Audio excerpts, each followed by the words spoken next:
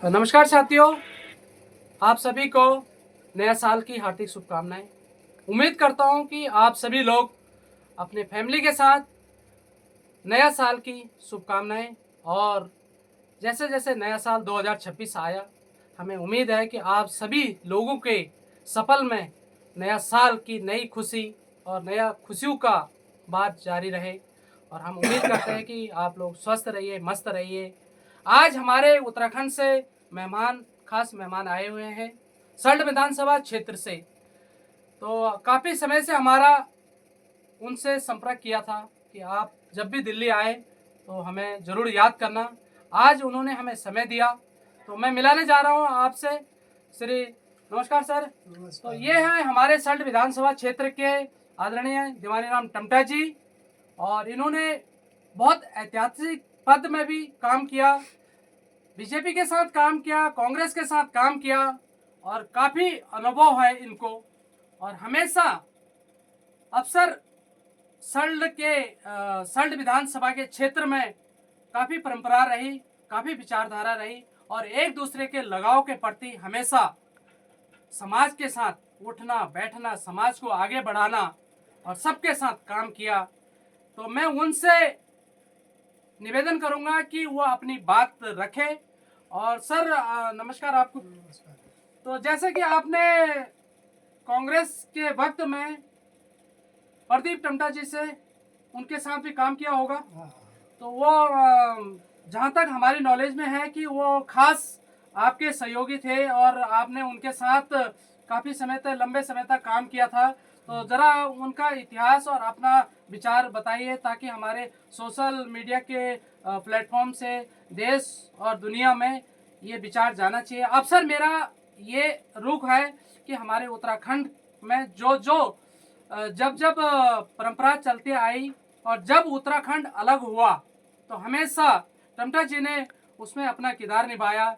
जैसे कि हमारे उत्तराखंड जिस समय अलग हुआ था, उसके लिए भी आंदोलन किया, और मुजफ्फरनगर कांड देखा होगा आपने, उसमें भी सहयोगी रहे, उसमें भी उन्होंने साथ निभाया, और उसमें भी धरना प्रदर्शन दिया और सभी लोगों के साथ काम किया। तो सर ज़रा अपना विचार रखिए, ताकि हमारे जितने अपने आपके चाहने वाले फैन हैं उनको भी पता लगे कि आपने सर क्या क्या काम किया, क्या क्या विचार रहे। और मैं चाहता हूं कि ये संदेश देश विदेश में जाए।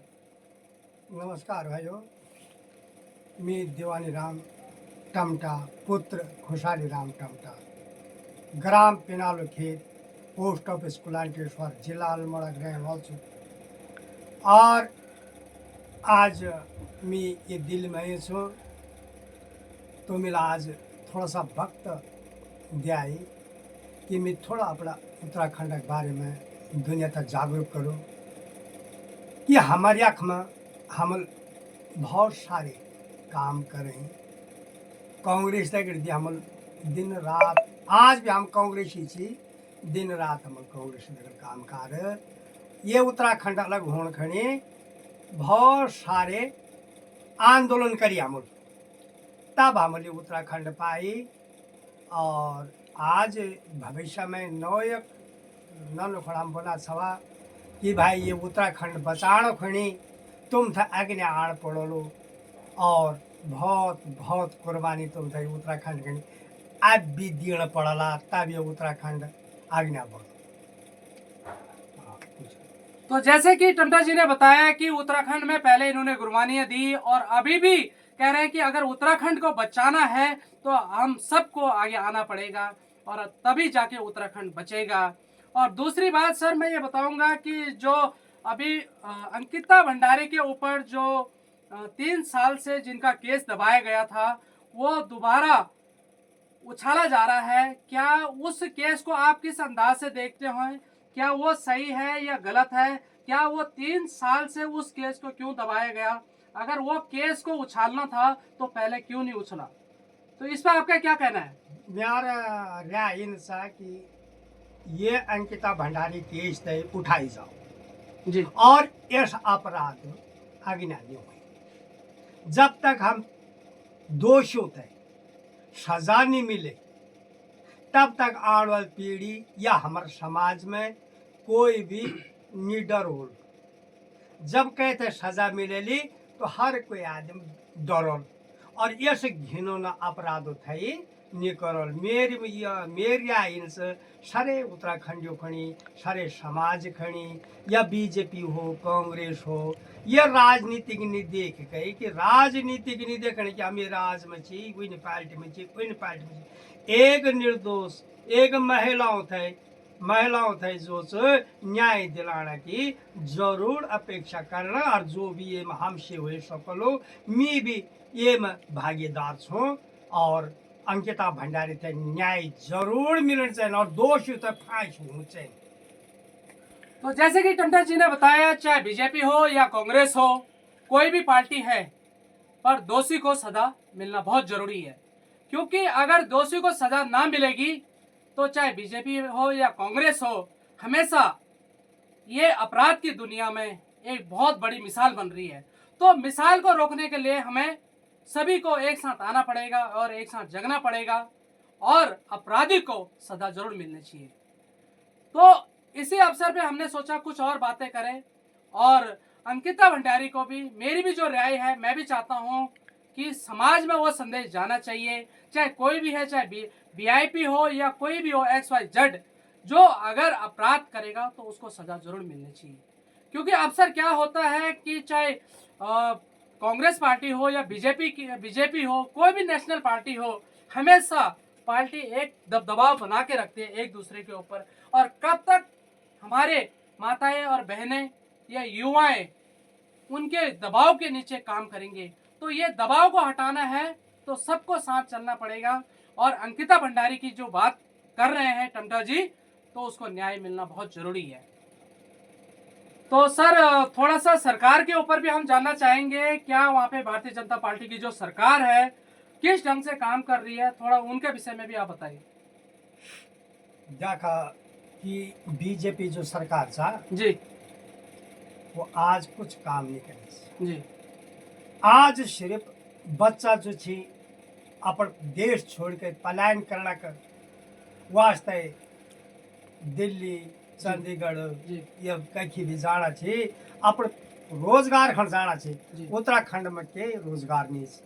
यक सिर्फ बुढ़िया जी और बुढ़िया बुढ़ी अपने घरों में छे और जोचा यख अब ये होएगा कि सबसे ज्यादा होएगा यख भालू को और बाघों को और सब जो बसेरा छ आदिम तो पहाड़ों में रह नहीं जी। गए पर अब जानवर पहाड़ों में छे।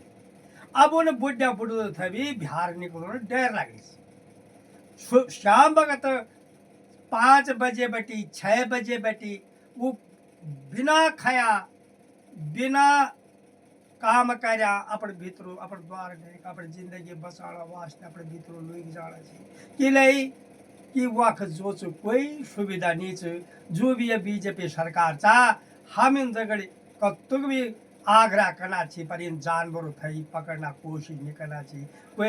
कोई किसान अपन फूल में आलू लगाना छ मंडा झुंगरो धान कुछ भी बोतोड़ छो वही था रातों रात सुंगर खत्म कह देना चाहिए। अब सिर्फ यक कोई रोजगार नहीं चाहिए उत्तराखंड में।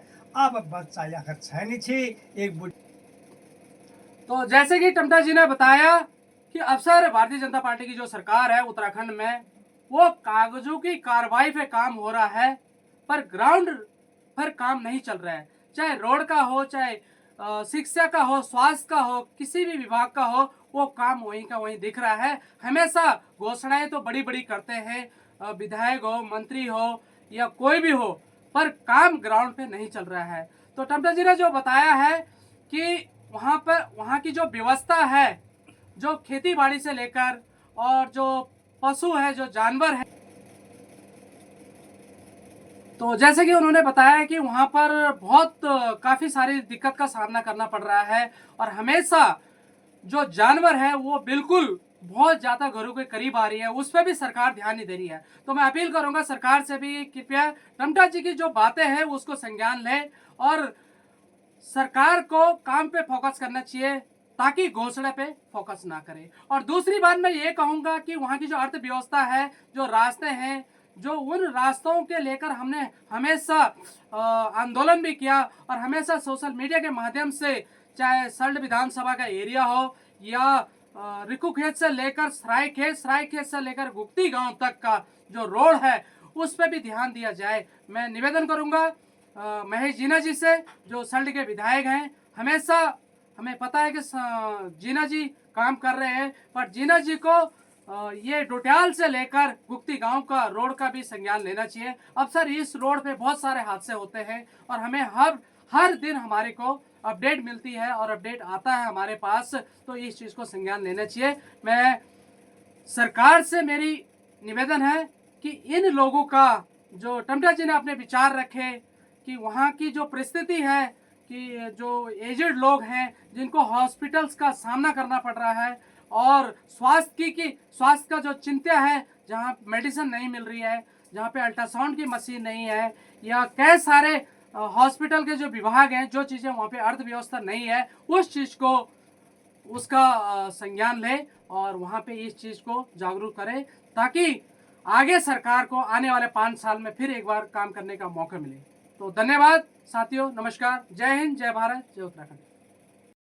साथियों नमस्कार, जैसे कि हम लोग आज हमारे कुछ लोग गांव जा रहे हैं, उत्तराखंड जा रहे हैं, तो मैंने सोचा हमारे भाई साहब सल्ट विधानसभा से आते हैं, रघुवीर जी हैं, तो इनका डेली आना जाना लगा रहता है उत्तराखंड दिल्ली, और डेली का आना जाना है। और जो ड्राइवर साहब हैं, बिल्कुल ऐसी गाड़ी चलते हैं कि आपको पता नहीं चलेगा कब रामनगर आया, कब सरायखेत आया। तो उसी रोड पे ये गाड़ी चलाते हैं हमेशा, और आप लोग भी संपर्क जरूर करिए, और इनका जो नंबर होगा वो मैं वीडियो के माध्यम से वीडियो में भेजूंगा। तो रघुवीर जी कुछ कहेंगे आप ऑडियंस को? तमाम सारी उत्तराखंड का आना जाना लगातार आपका रहता ही है, तो कुछ बोलिए आप, थोड़ा आगे आ जाइए। सर बस हमारा तो आना ही जाना ही है, और हमारे डेली का सर्विस है जी। और तो ये हमारे जो खास भाई साहब हैं हीरा सिंह जी, उनके द्वारा हमेशा जहाँ पर भी इनको बुकिंग मिलती है उसी लोकेशन पे हर जगह पहुँच जाते हैं, और दिल्ली से उत्तराखंड की इनका बराबर आना जाना है। तो ये रघुवीर जी है, तो बड़ी खुशी हुई इनसे, ये उत्तराखंड जा रहे हैं। और फिर ऐसे ही आपको इनका जो नंबर होगा वो वीडियो में मिल जाएगा, ज़रा नंबर बता दो आप। 7500905951। तो ये नंबर है, बाकी मैं टाइप करके वीडियो में भी डाल दूंगा, और आप लोग जरूर संपर्क करिए। और भाई साहब बहुत दिलदार बंदे हैं, जहाँ बोलेगा वही लोकेशन पे आ जाएंगे। तो धन्यवाद।